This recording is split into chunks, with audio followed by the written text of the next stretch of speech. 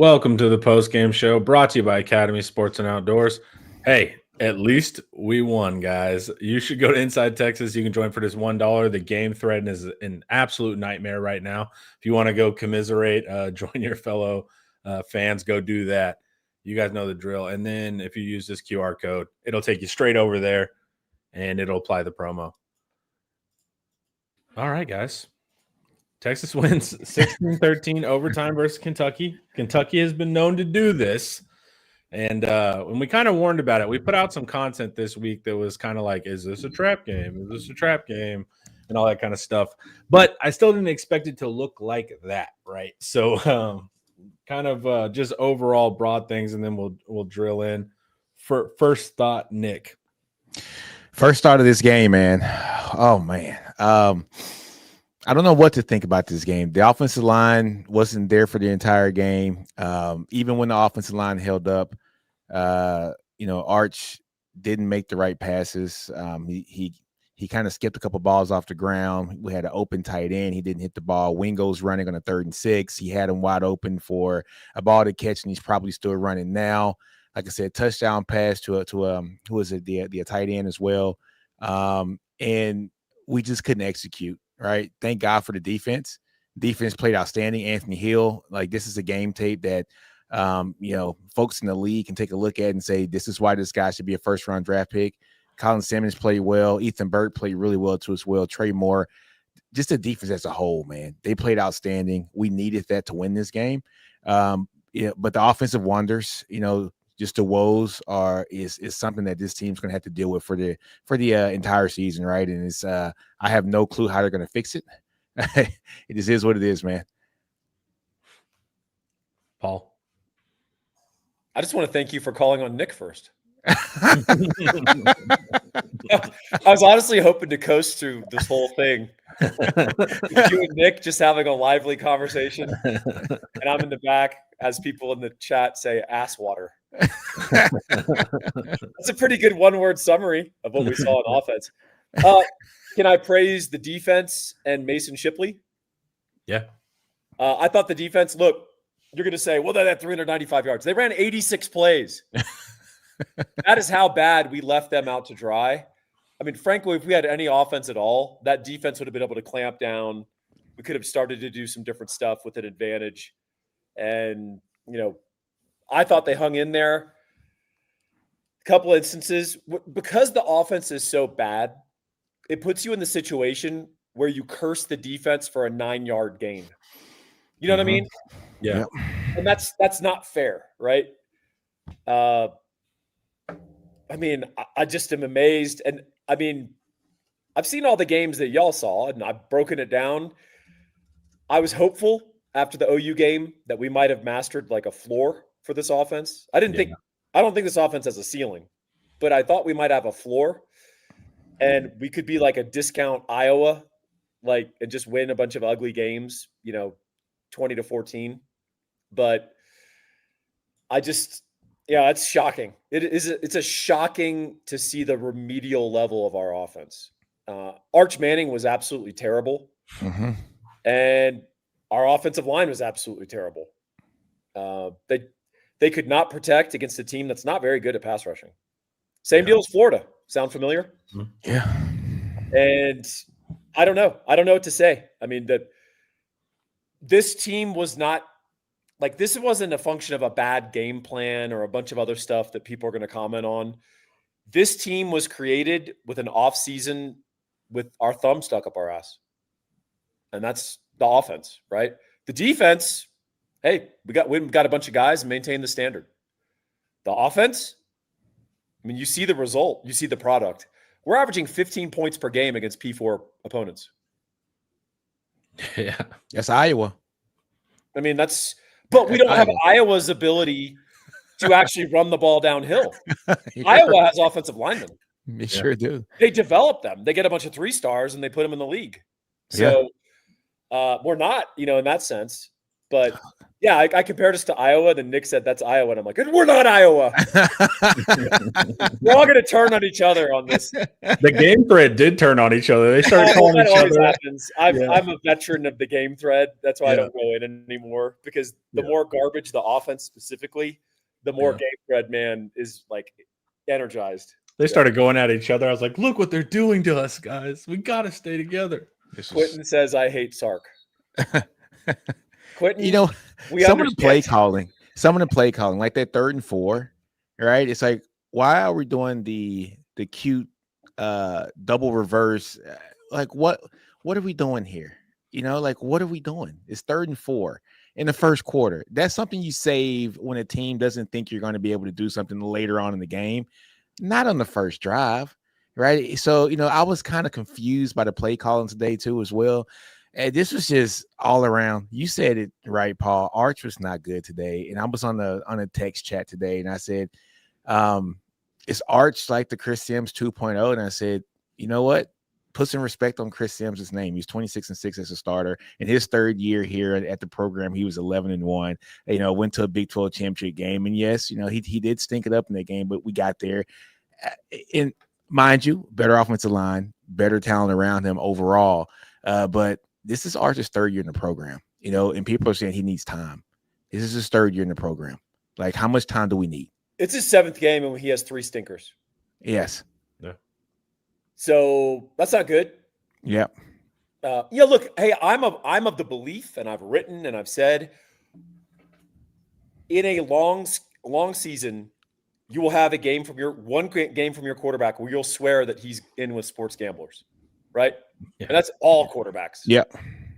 But typically they rally, and then you see the rebound. I thought OU, we had found some floor because he was calm, he was poised, he was accurate, very accurate. In this game, he blew. I counted 4 wide open throws that he blew. Yes.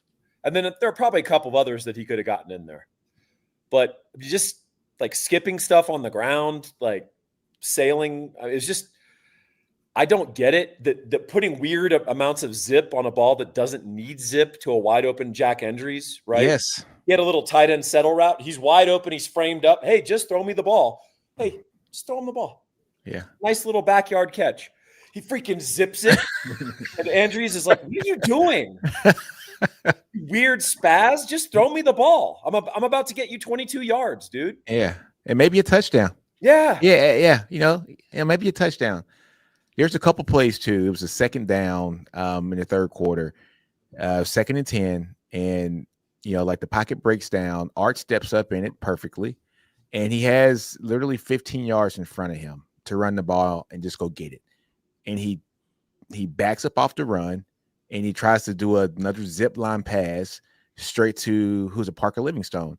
And I'm thinking to myself, Arch, take what you can get. This is one of these games where you just got to get what you can get, right? Get it where you can. And maybe once you see yourself get that 1st down, maybe that triggers something to have a better play come on. Maybe the defense gets a little like, oh man, we had him, but now we don't. Maybe it opens up something for you. But he didn't even take the easy stuff some. You know, it's like he's trying to do too much, you know, and I don't know if that's just something with the pressure on him or what, but it's like he's just trying to do too much. Just be yourself and just have fun out there, man. But it's hard to watch him play, to be honest with you. So, I don't know. I'm befuddled with it. So, is it mean to workshop the nickname Jackson Archibald? Are we gonna do a lesson? Yeah. I was saying we can do some historical. I don't know who Jackson Archibald is. Jackson Arnold. I thought you were gonna go with some historical figure in the Civil War. Man. He blundered through 7 games. I'm like, I don't know that Texas legend. Yeah, I was gonna say. Please tell me about this gentleman. Yeah. What did he do? Are you about to drop some knowledge on me? Was he part of the Underground Railroad? What did this man do? I don't know who. Normally, prestige. I'm pretty patient with the quarterback stuff, man. Like, you know, look, they need to grow. And I knew Arch was gonna have other bad games, but in progression's not linear. But the stats are just like, that's just wild. Like 44% completion. That's where I'm like, what's going on here. And like you said, 3 games of this. He is a third-year player. He had 2 games last year. I don't know what's going on, man. That's where I'm getting confused. I can't believe we won the game. I can't. Yeah, We shouldn't have won the game. We got thoroughly outplayed. And when they do the win expectancy post game, yeah. Our win expectancy will be not over 50%. Yeah. No, I don't mean during the game. I mean, post game, they say, "Did you really lose that bad?" That graph. We're going to be at the far, far end of the bell curve. We got thoroughly outplayed. Yeah, they deserved the win. They outplayed us, and we pulled it out. Hey, I'm glad we did. Also, I don't know how I forgot to mention Ryan Niblett. 2 huge punt returns. He's MVP of the game. Him and he did it. He did it. He did it. The special teams that had 3 procedure penalties trying to get a punt off won us the game. Yeah. That was our yard. Those were our yards. Yeah. Bowmeister did a good job punting too, by the way. He did. He did a great job. So also, man, with Sark, his play column today, at halftime, his running backs had 6 carries. 6 carries for, I think, 23 yards or something like that. At halftime, his running backs had 6 carries at halftime. Were we afraid to run the ball or something? What was going on? What's weird, Nick? We didn't run outside zone until the second half. At all. That's weird, right? Especially going off of OU, right? Yeah. Well, so outside zone is not a triple reverse, right? I understand if you run triple reverse 9 times and, they're like, hey, we burned that. Yeah. Yeah. Outside zone is a run concept that's flexible. No matter how they line up, there's different ways you can block it. And it's just, I don't get what we're trying to do. I guess Sark was trying to get Arch into a rhythm, right? In the first half. Arch was determined not to be in a rhythm. Have you ever seen Steve Martin in The Jerk? But he's trying to learn rhythm. I love The Jerk. The rhythmless nation. It's weird because I know intellectually our offense is bad, and I know fundamentally it's bad, and I know why, and I know about it. I can look at the offensive line and lack of explosives and run game, blah, blah, blah, blah. It still is shocking to watch it play out because you're like, surely we've established some floor after our performance in Dallas. Well, we have not. There's a famous Russian quote amongst Russians, but they've constantly had dictatorships. It can get worse. They always say there is no floor. Yeah. It can always get worse. True. And so it's a Russian saying, and I feel like they're saying there is no floor. When you think it can't get worse, it can get worse. And look, basically after UTEP, I started to get finally into the acceptance phase of this is it is what it is. It's still painful.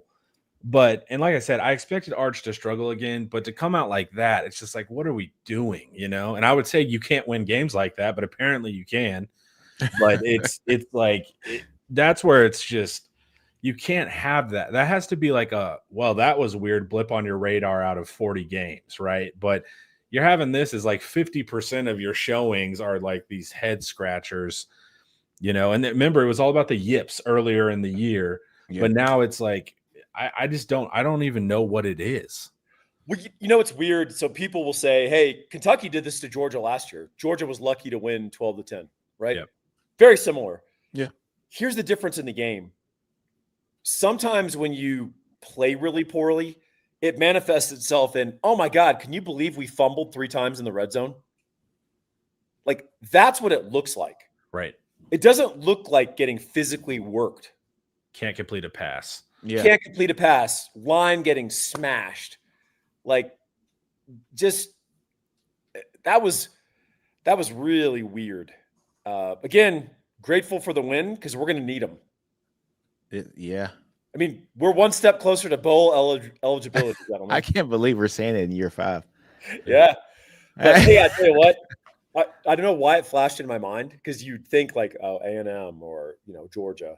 I was like, Vanderbilt's going to beat our ass. Pavia's going to have the shiesty mask on, everything. He's going to he's going to do his thing. I already see weird, it. You don't have your fundamentals.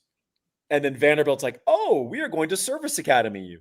We're going to possess the ball for 41 minutes. Yeah. And we're going to win 20-10. And it's going to feel like you lost by 30.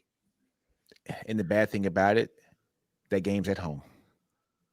So our fans get to see all of it in its entirety. Y'all talked about how bad Kentucky was all week and knew Murphy, I'm assuming Murphy's Law, was going to show up and mess us up. I purposely, if you watch some of our shorts, I ask, is this a trap game? These are all me hinting that I don't trust Texas. But the reality is Kentucky is bad. But so are we. And so it's not they're badder. Kentucky didn't do this because they were good. I mean, they just lost this game. I don't know how they did it. Let me ask you guys, because people are going to second guess it. Stoops going for the touchdown there on 4th and a foot and a half. What do you think about it? I'm totally fine with it. I'm fine with it, man. Like, here's the thing. Texas sucks in the red zone, and that's all overtime is a red zone off. So there's a part, like if I was versus any other team, I would probably go for it and feel comfortable. But Texas is so bad at scoring in the red zone, I would just assume they're going to kick the field goal and let's go to 2 OT. That's true. Yeah, like knowing, because that's all OT is. But I would have gone for the win. Yeah, I would have gone for the win too. Dove it up the middle again. I don't understand that. I don't know why they did that. They learned in the first drive, don't do that. Yeah. I would have gone for the win though. Yeah, I would have gone for the win too. You got to get some kind of confidence in your team. By the way, we're calling it the win. We think if they would have scored a touchdown, we could not have scored a touchdown. I mean, not it. That was I think we know. It was. We've already decided that we would not have been able to answer. But I mean, if you look at it, our passing. Oh my God! I just realized that. We had 1 touchdown today, and we had 1 touchdown versus OU, and it was OU busted the play, or there's no guarantee we even do that. So it's like this offense, I mean, is struggling to score singular touchdowns in a week. And that 1 touchdown was all set up by Niblett. I mean, he got us down to the 5-yard line, 6. I mean, so without Niblett, you probably score no touchdowns. Yeah, how many return yards did he have? Let me check. I don't even know how much. 130. Let's say he probably had more yards returning. Did he have as many return yards as our offense had? Probably. Let's check Niblett. I don't even know where punt returns. He had 2 carries for. He had 2 of them for 88 yards. Okay. 2 for 88. Punt return 88 yards. Yep. Kick return 11. So he had 99 yards. And arch pass for 132, and we rushed for 47. Well, he's responsible for 10 of our points. Yes. Like he gave us 10 points. Yeah. I mean, also those were very well blocked. We're saying Niblett, the punt return special teams as a whole. Yeah. Lee, offense is like my wife's car, no gas. And I leave it empty too. She'd be mad as hell. That's great. Yeah, I don't know how we won that one. Thank God we did, but it's another one that I always say, a win and score only for Texas. And someone mentioned earlier, Wingo's going to leave, and I get it. I'm not going to speculate on any of that. No information there. But it is frustrating. Like in the first time I've seen it, Moore was a little pissed off on the sidelines. Yeah. This is the first time I've seen our team show, and I've been impressed because they've been pretty good at not showing their frustration, and I don't blame them, man. And so, but it is frustrating for these guys like a Moore who's trying to go to the league next year, and there's no tape. And so that's where it's also frustrating is like, look, man, we're supposed to be NFL development and these receivers can't showcase anything. Yeah. And so it's like, I get why they're frustrated, but that's where I get frustrated with the offense too, because these guys are trying to go live out their dreams and there's no ability for them to even show what they can do between the offensive line and between Arch just missing everything for no reason. Has Arch hit mesh this season? I don't know.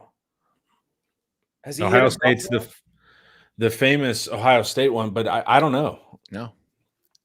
I mean, we had one wide open early with Wingo. Yeah. Nick referenced. Yep. So here's my thing too with the Arch situation. Is he showing this in practice?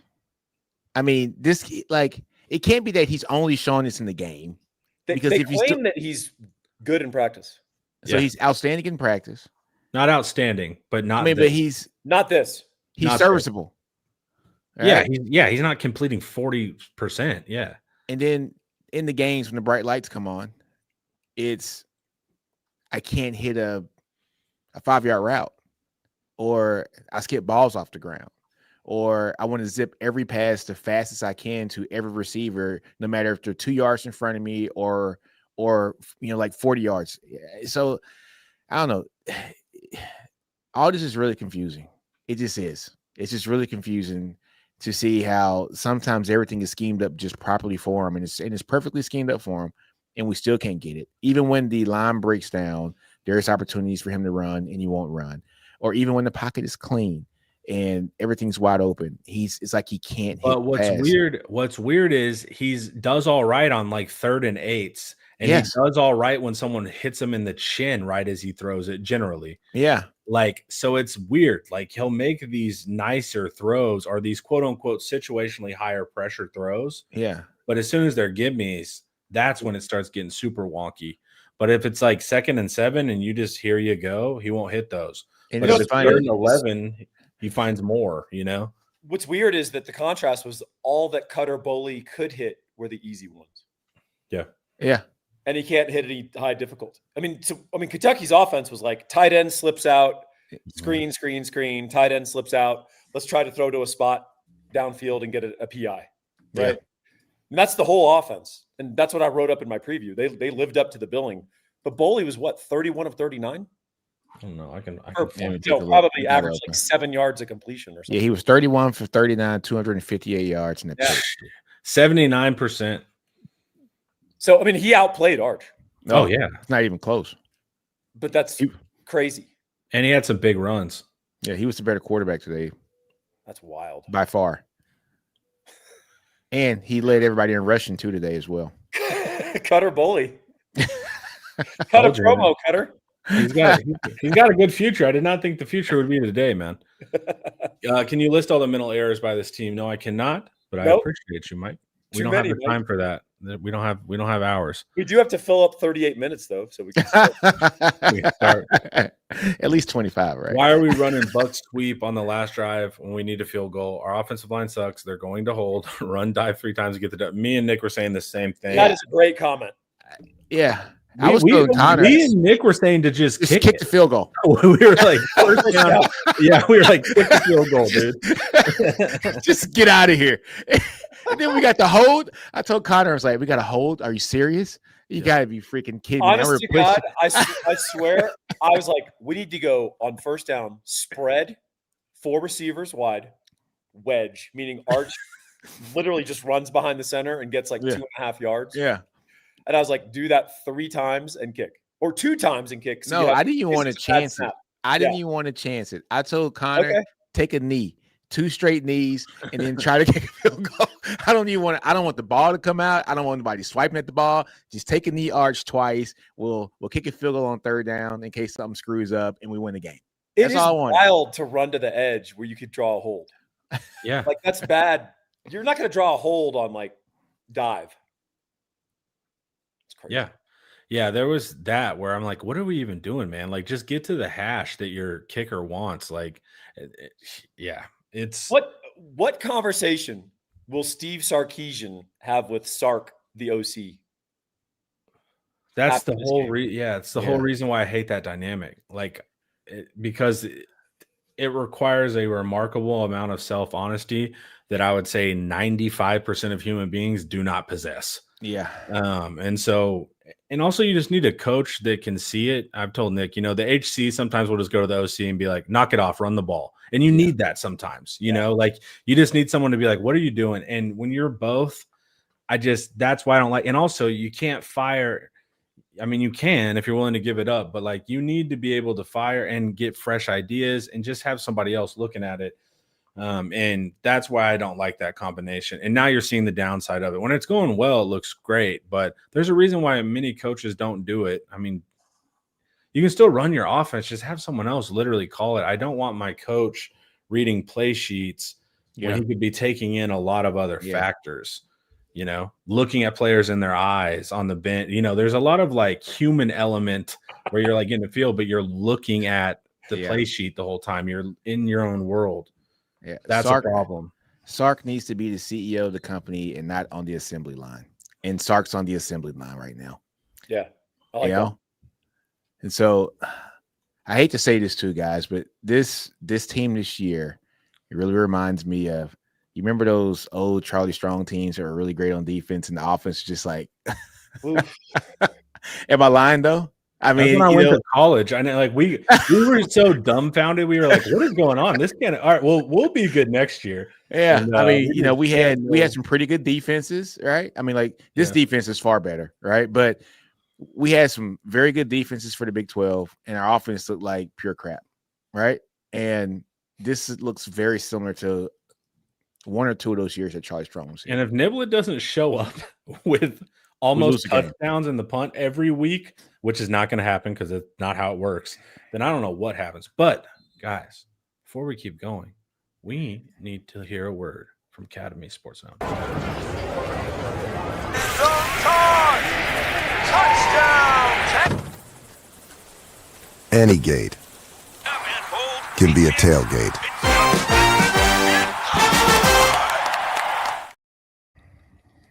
It's rough out there. Quinn was really the man after all. I disagree, but I would absolutely take Quinn today. I think you could do better than both, is my argument. I got to tell you, Kevin, Quinn would not be available for this game by now. Quinn in Florida would have died. He would have died on the field. Yeah, he would have died during the 6 sacks. But the argument isn't Quinn over Arch. The argument is, hey, could we get better than both of them? And that's kind of the question. Does Sark have the balls to move on from Manning? If he doesn't progress early next year, he's pretty stubborn, 3 to 4 L's next year. Yikes. How about and then, this year? And then hot seat and emojis. I've never seen the emojis version. How about this year? How about this year? If there's another game like this next week where our guy goes 12 for 27 and throws 130 yards again and maybe throws a pick, does he have the cojones to put in Caldwell next week or after that against Vandy? I don't think so, man. And he doesn't even if he did, it would be like a psychological, like a drive. But like to me, that's not a drive thing. That's like Caldwell needs to come in for the second half thing. And so you know, do I think Sark will do that? No, I don't think so either. Yeah, and do I think he'll do it next year? No. He's weird about his quarterbacks. He loves his quarterbacks. He's he's a QB, so he likes to instill the confidence. We saw the old Quinn game against Texas Tech, right? And we're saying, put in Hudson Card. Quinn's having a horrible game, right?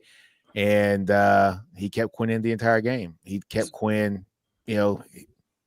his whole career here at Texas, minus the one drive against Georgia, right? So, yeah, Sark's very loyal, very loyal.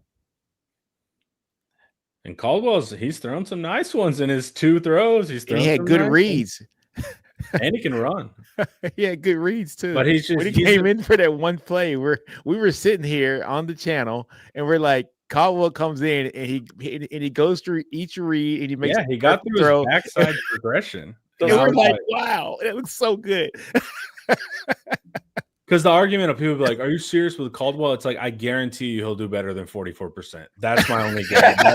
And so it's like, that's my argument, It's like we are doing the NBA thing. We're like, Nick plays 8 minutes a game, but in those 8 minutes, he has 6 points, 2 assists, and a rebound. If he played 40 minutes, those are Jordan numbers. Yeah. And then you play him an extra 10 minutes, you're like, oh, okay. Yeah. No, my thing is that's why he plays 8 minutes a game. If we had a run game, I'd feel real confident in Caldwell but he did throw a lot of picks last year, right? But it's like, dude, if I could just get a steady game manager, he's not going to win you the game. He's not going to lose you the game type of thing. But when you don't have a run game either, but I mean, we're getting to the point where these conversations are not as hyperbolic as they were. No. I had a moment where I was like, hey, you got to put in Caldwell for a series.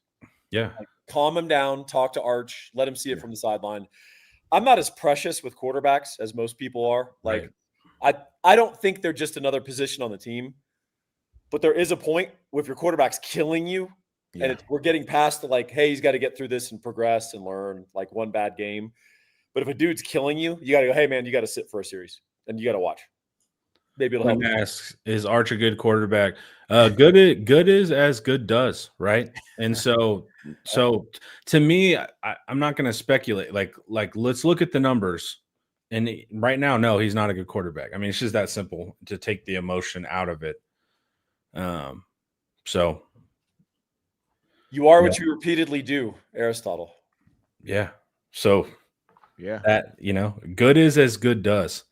You'll hear it too. Like, remember the beginning of this year, people would ask, genuinely when we were having trouble, they're like, are we going to be like really good later? I'm just like, no, like there's no way you become really good. And that's the same thing. It's like people will have this hope that that you're secretly elite. You're not showing it yet. And so, no. Arch for me, we're going to have to see next year. Like he'll have some better games going forward, but that's the real curve. The curve is not going to be this year. He showed some good things versus Florida. He showed some good things versus OU, but then he does this, right? So it's like 2 steps forward, 3 steps back. Yeah. I mean, there is a progression to a quarterback. That's not an instant star, right? This is the mortal progression of most quarterbacks in college football. And there's times you curse them and times you don't. And most of our time, if you've been watching Texas football for a while, most of your time is spent with quarterbacks that you're kind of cursing. And then you have a little run of VY and Colt, who, by the way, have their moments, right? And then you forget about it. And then you get, swoops and you go, oh, okay. Yeah. I remember this. So here's a funny stat. Out of the 7 games that Arch has played this year, he's passed over 57% in 3 games. That was San Jose State. That was Sam Houston State and OU. 56% against Ohio State. 44% against UTEP. 55% against Florida. And 44% against UK. And Sam Houston State is 0-7, and they had 600 people at their last home game. Well, and what's weird is like Ohio State is the only game where the performance makes sense to the competition. Right. Yeah. Like OU's defense is good. He had a good game. He's played a ton of horrible defenses and he played awful.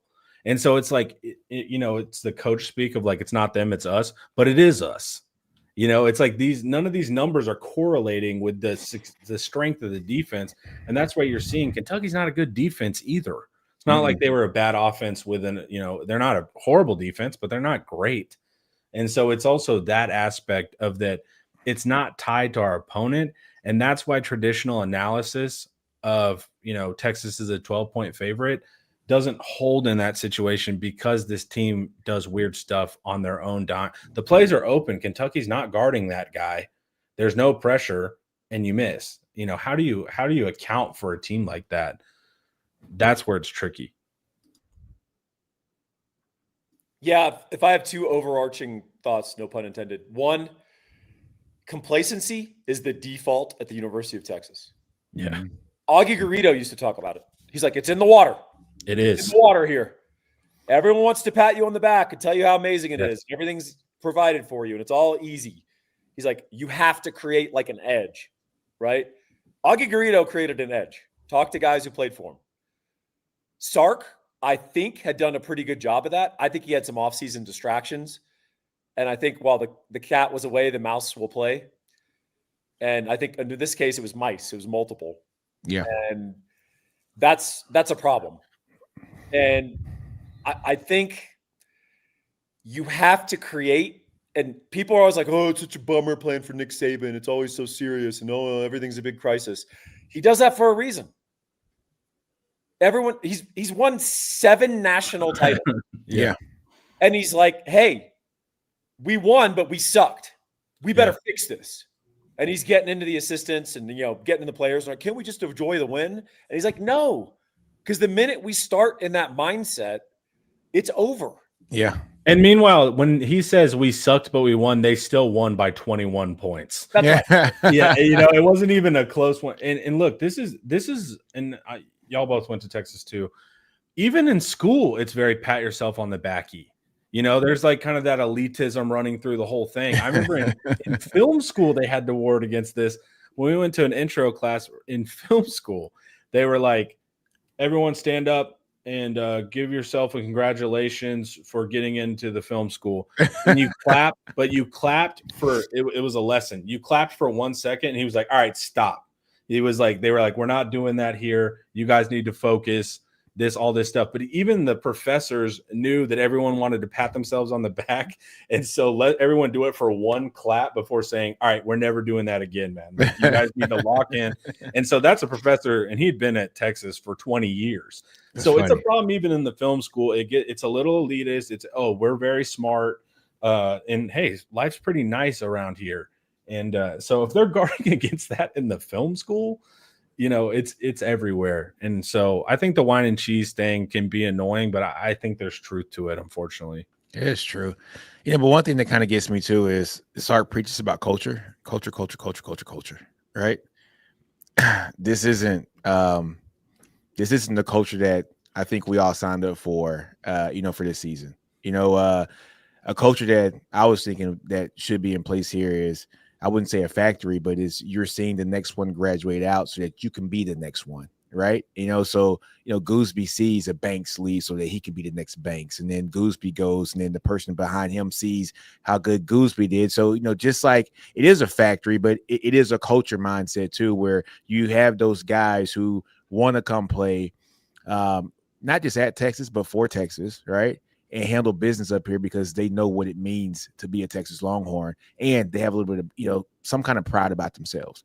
It just seems like these guys are out here, the false starts, just the small little details that lose you the games, right? I tell my son all the time, I said, it's always the small things that are going to keep you from getting that A on your paper. It's always those little small details. You got to get to the details first. And it's like our team forgot small details. We're looking at big picture, but not looking at the small stuff that actually wins you the games. And so that's the culture mindset that I think is lacking from this team. And it's been preached out, like the last 6 months about culture. And it's just not showing.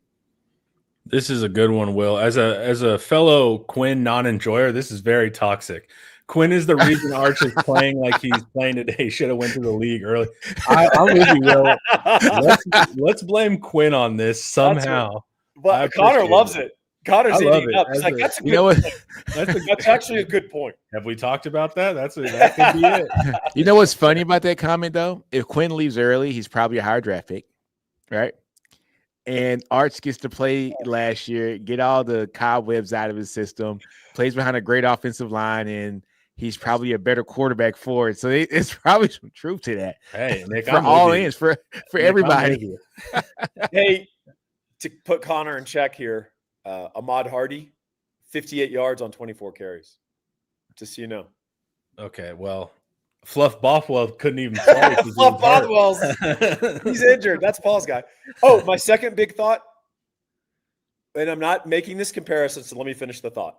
It's not a one-to-one, but it's a zeitgeist observation. It's in the air. What happened to James Franklin should be a shot across the bow for a lot of coaches who feel self-satisfied about their role in college football. I'm not even saying it's correct what Penn State did. I'm not saying it's wrong. I'm saying it happened. Yeah. And if you're a major college head coach that's built up expectations, which Sark did because he kicked ass, just like James Franklin, when he took over Penn State, they were in the crap fire. He built up those expectations and he fell victim to them because his team played like crap, right? And he got fired. I probably would have gotten rid of him too, but I'd also make sure I had a backup plan.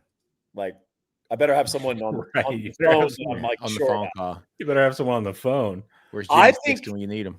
I think that firing should get people's attention because now people are going to move much more quickly than they have in the past. There was a time, and you can go look up great coaches. Darrell Royal, who is the gold standard at the University of Texas, he went 6-4 3 years in a row. Yeah. And people were going nuts about it, but no one was like, if you said we should fire Darrell Royal, people were like, what? What are you talking about? Like, that won't happen anymore. Like, we've got to get this thing fixed. We got to do what we can in this season. This offseason's really important for Sark. Yeah. Getting guys in. It's everything. really evaluating the roster, looking at who he's got coaching the roster. Because you can point to our O-line and say they're bad. Well, why are they bad? Yeah. Right. Why are they bad? Were they foisted upon us? Or did we go out and select them? Or did we have Not- years to be aware? And we knew for 3 years this core group of guys was leaving. Everything was building up to this year. We've got Arch, we've got receivers, we've got all this, right? The D's going to be good. Let's go get an O-line. We didn't develop one, and we didn't do a very good job of selection. We did a very, very good job of development. Exactly. So there's a lot of stuff Arch has got to do this offseason. I mean, sorry, Sark has got to do this offseason. Arch too. And it's real crucial for him. That's a crazy thing to say in year 5, going into year 6 for a guy who's been to the semifinals of the playoffs twice. But it's the James Franklin example, I think, gives coaches an understanding that there's a different timeline happening now in college football. Well, and, Sark had it right that this game's all about talent and getting real ballers, right? And ballers at important spots, right? Exactly. But Sark's never been like a great in-game coach. Like that's not been his thing. He had superior firepower. And when he met someone of equal firepower, he would lose. And so that's the problem now, is that the talent on the offensive line didn't maximize, and you're seeing a lot of issues. And so it's like, that's why the portal to me has to be huge. Like you have to get real star guys, because Sark's thing was never that he was this brilliant, drag you into 3-point games and beat you that way. It was that he had a high flying offense, theoretically, and he could kill you because Xavier Worthy was unguardable, or something like that. So it's also that reality too, is I think they got a little full on themselves thinking that like it was the system entirely, and it's clearly not the system. You need good quarterbacks. You need good quarterbacks. And good QBs and good lines. And it looks like Texas, from the line from 3 to 4 years ago that they recruited, it looks like they kind of whiffed. All right. When you go and look at that line, Goosby's a good talent. Then you had Connor Stroh, who was battling with Neto. And those guys have been in that program for 3 years, right? 3 to 4 years. And so you would think behind closed doors that them seeing guys like Banks and guys like Hayden Connor, and these guys go to the league, and these guys are, actually doing good things. You would think they would kind of learn from them or be developed behind them to be the next one to take over. They just weren't those guys to take over, right? But they coached in the NFL. They coached at Alabama with all those they guys. should That's know. where it's so weird. I would get it if you were some plucky guy that was, constantly taking no stars into it. But it's just like they literally coached Flood and Sark Connor, in the NFL. Here's the thing, though. Think about this for a minute. When Sark was at Alabama and they won their championship, he was kind of playing with the other guys' players. He didn't recruit those guys that he won a championship with. So the guys previous to him were the ones who got the guys in there for him to play with. When he goes to the NFL, I mean, for the most part, the line's probably set already because he goes in as an OC for 2 years, and the Falcons have their guys already, right? And so when you think about it right now, the line that he has right now, these are all his guys he recruited. Every last one of them. Goosby, Connor Stroh, Cole Hudson, DJ Campbell, Brandon Baker, Jaden Chapman, right? These are his guys. Connor Robinson. All these guys are guys that he recruited. And so it's like, maybe you really missed on a lot of your evaluations, a lot. And it's showing right now because we have no protection for our quarterback and we have no push in the line for, our guys to run the ball either. And so, look in the mirror for your coach. It's all about this next offseason for me. If he doesn't make the changes, then I don't know what it means for Sark going forward. Now, if he goes, hey, I'm Ryan Day and I'm going to relinquish some power and really try to go all in, that'll be a good sign. But if I hear excuses and don't see players coming in and coaching changes, then I am worried about the Sark era, frankly. It's interesting that his two biggest mentors, Carroll and Saban, both had a ton of young, hungry coaches that they would work to death. Yeah. And then encourage, like, go. Yeah, get out of here. Take that promotion. Get out of here. You did your 3 years here. You did your 4 years here. Get out of here. Yep. I've got another group of young, hungry guys who are going to work 80-hour weeks to try to prove it. And I'm the one overseeing it all. So it won't get out of control, right? And they always would have an experienced guy or two on their staff, like an old saw, no doubt. Yeah. But go back and look at some of their prime teams and like the age of a lot of their position coaches or how long they stuck around. That's true. It's interesting. A lot of hungry guys who were trying to get ahead, not guys like, I've kind of made it. This is awesome. Well, Sark and Kiffin, they were the young, hungry guys. They were the young. You're right. Right there in the sidelines together in the 05 game. Yep. Sark was coaching JUCO a couple of years before he's like the quarterback's coach at USC for the national champions. So, you know, there is something to be said for enforcing a vitality curve on your own terms. That's right? true. And I just think there's another part of my argument of the default for the University of Texas is complacency. And you have to find a way to shake it up. Augie used to talk about, Rick Barnes used to talk about it, right? And I don't think Sark's complacent at all. But I think he's got some guys on his staff who got complacent. Yeah. And it's ultimately up to him to that. enforce that curve of bigger.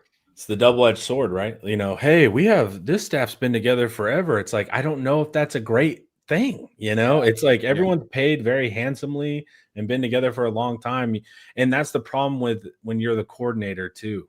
Like the coordinator can be the one that can really bring in some juice and new ideas. And so that's a little bit tricky. But before we keep going, guys, huddle up, football fans. Tailgate season is here, and nobody gets Texas ready for game day like Academy Sports and Outdoors. Swing by your local Academy store or shop online at academy.com to find grills, canopies, jerseys, and more. Be a watch party legend with gear from top brands like Nike, Adidas, and Under Armour at undefeatable prices every single day. Fun can't lose, and neither can you with tailgate gear from Academy. Academy Sports and Outdoors is the official sporting goods and outdoor retailer of the SEC. All righty. Auburn and Missouri are in overtime. Oh, really? Ooh. Second overtime. Please just let Auburn win. Like, I'm not an Auburn fan. I feel bad for those guys. They need a break. The refs have been killing. All right, so we harped on the offense, Sark and everybody. Let's harp on the defense. Give them their due for the final 10 minutes. Yes. The only time with the defense where letting them get into field goal range at the very end like that, we left them out to dry. They were tired, but that was the only time with the defense. I was like, you can't let that happen. But other than that, I mean, they gave up 13 points, and this is what a bad offense will feel like. But that was the only time with the defense. Now, they did get some yards on us, right? They moved between the 20s fairly well with a lot of lateral stuff, like you said, a lot of side-to-side passing game, and then mix that up with McGowan up the middle. So I thought Kentucky's offense clearly had success, even though the points didn't reflect that. But in the red zone, on short yardage, to make sure they didn't score on the goal line, Texas stands tall again. I mean, they're the only thing that's saving us from having 3 wins this season, frankly. And so just want to give credit to the defense because we constantly talk about Texas sucks and stuff like that. It's just like the offense sucks. Can you scroll down on Kentucky receiving? I want to see what their longest completion went for. Yeah. I mean, boom.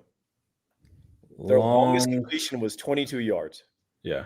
To Kendrick Law, who's a fast player. Yeah. Shreveport kid. Yeah. And they average 4.6 yards per play. Yeah.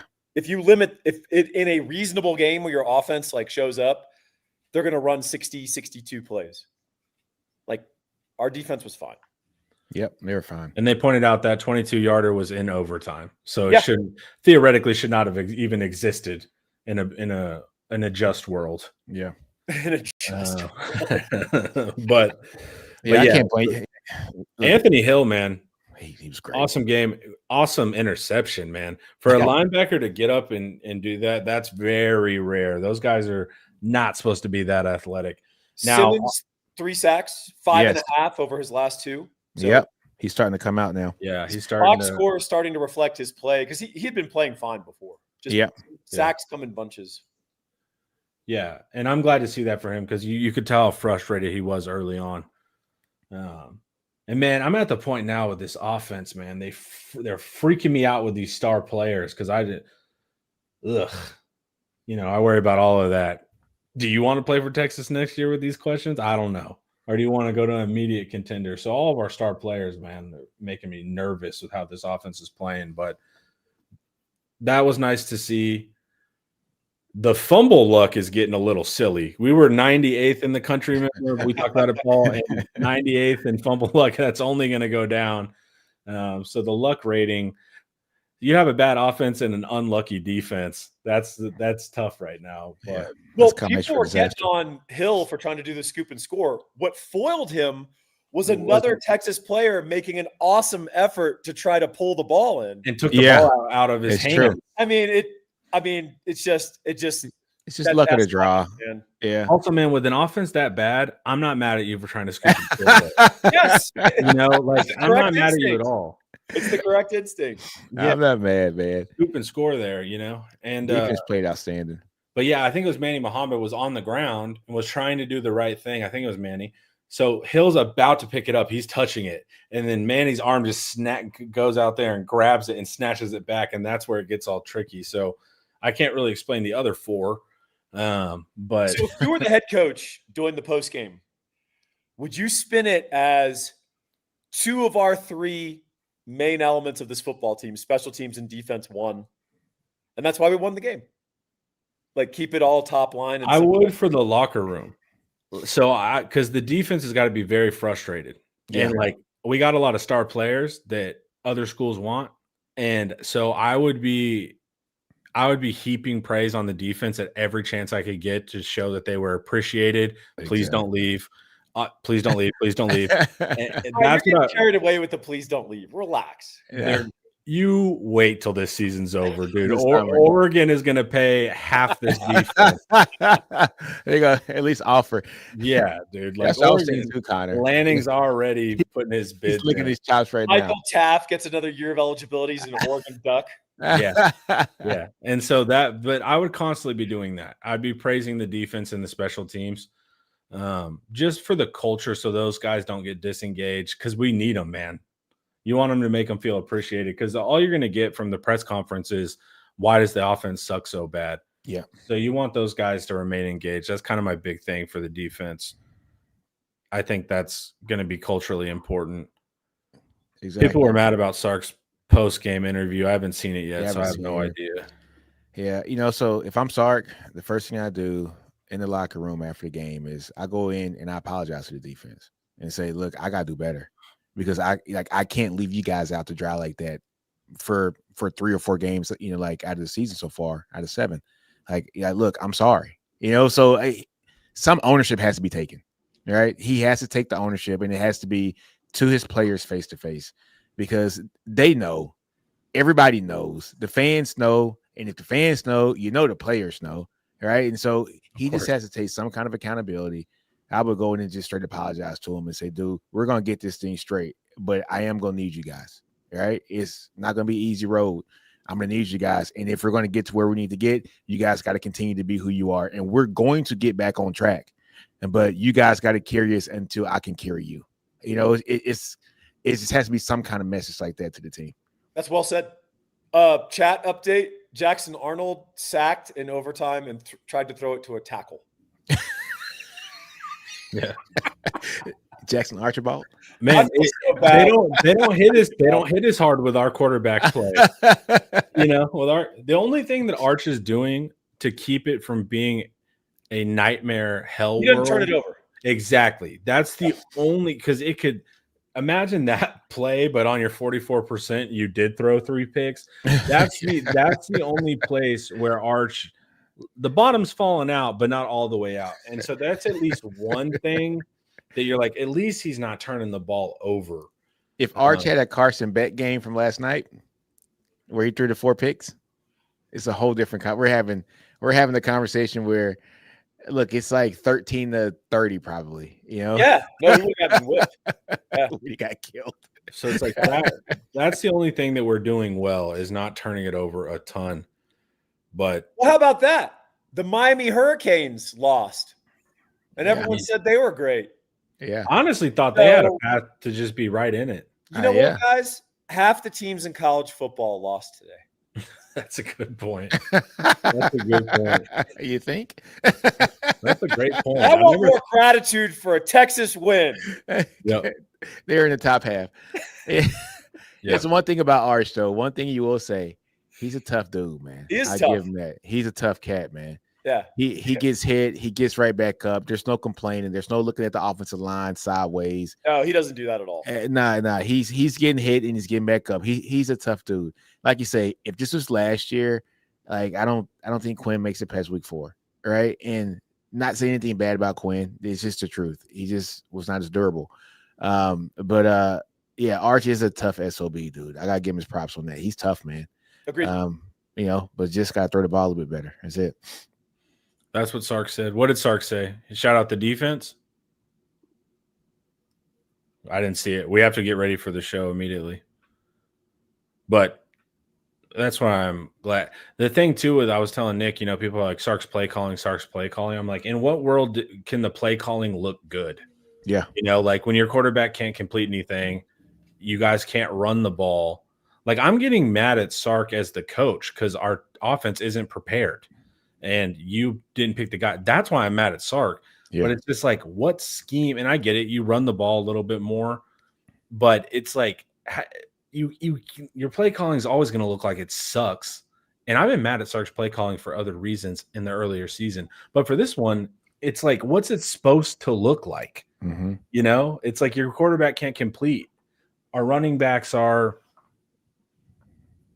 show up 3 times a year for a big game, and then they go back to whatever they were doing. So it's like, and then the receivers, the quarterback can't complete, and the offensive line can't. So it's like, how's it supposed to look when your personnel looks like this? But you are responsible for your personnel. That's true. I feel like Sark said half the SEC lost, but we Is that the Tom Henry winning is hard? Yes. Winning is hard quote. It's kind of Quentin, thank you for the save. That was awesome. Great super chat. Oh no. Paul called it. Half the team's lost. Did you see that, Paul? No, because you were with us. How could you have seen it? Yeah, we were we were talking to each other before. You couldn't have seen it. I just knew it. Yeah. Winning's hard, y'all. That's that's wild. All right. Well, if you guys didn't know, watching the live, Texas did win the game. But man, that was rough. That was very rough. Truthfully, here's where I'm at. And I'm at 8 wins. Like, that's where I'm at. And so, to me, it's like, get the win versus Arkansas, Mississippi State, and then take one of A&M, Vandy, Georgia. Like, I think it's 8 wins. Yeah. Okay. You don't think we're going to the playoffs? No. God. This sucks. I'm going to cancel my tickets. I was about halfway through UTEP when I said that we are not going to the playoffs. Well, does United let you switch flight stuff, or like how do you get refunds? Yeah, you already scheduled. Vandy, I'm still worried about Mississippi State. Vandy can absolutely whip Texas. I'm worried about Mississippi State. You should be. I'm worried about Mississippi State. I'm sorry. MSU will be hard. They got fast receivers and they get behind the defense. Like, hey, dude, we got to recalibrate. So I was like, hey, we got to recalibrate.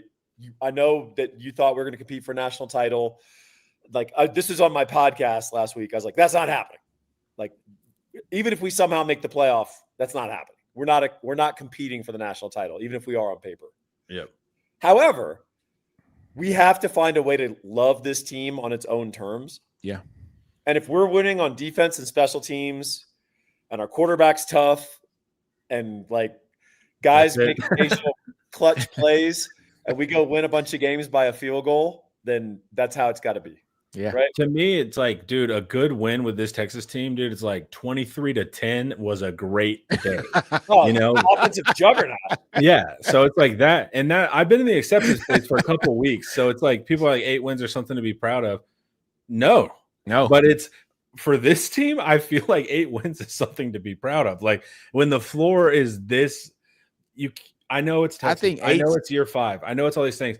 You have to throw all of that out, everything I had in my head for the past couple weeks, and just be like, dude, get to 8 wins with what we are, actually what we are, okay. And then fire whoever you got to fire in the offseason. I think 8 might be pushing it, Connor.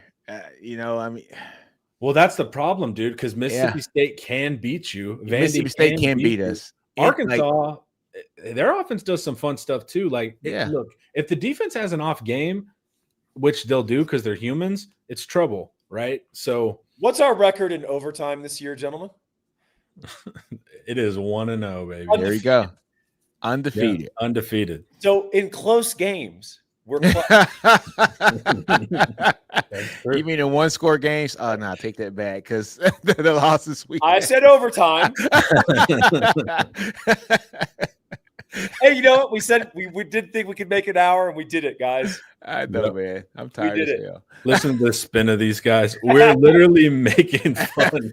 We're making fun of this team the whole time. It's all tongue in cheek. We got tongue in cheek, buddy. Yeah, it's tongue in cheek. Don't take it literally. This is how we deal with pain. Yeah.